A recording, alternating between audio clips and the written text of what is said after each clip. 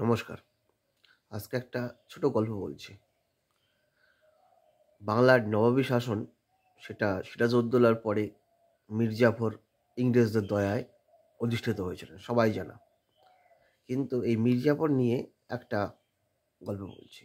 মীর জাফরকে তার সভাসদরা বা তার রাজদরবারের সহকারীরা কী চোখে দেখতেন সেই নিয়ে একটা ছোট্ট আলোচনা। মীর জাফরের সভাসদ শামসুদ্দিন নামে জনৈক, তিনি একটা মন্তব্য করেছেন।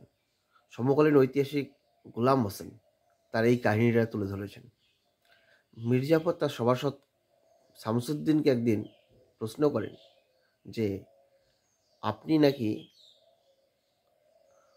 কর্নেল ক্লাইভকে অসম্মানজনকভাবে দেখেন বা সম্মান করেন না। তার প্রত্যুত্তরে শামসুদ্দিন জানান যে আমি দিনে 3 বার কর্নেল ক্লাইভের গর্দভকে কুর্নিশ জানাই।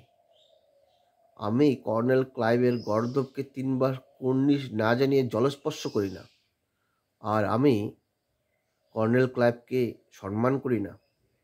তাহলে ভাবুন নবাব মীর জাফর সম্পর্কে তার সভাসদদের ভাবনা বা কি সম্মান ছিল। এটাই আলোচনা।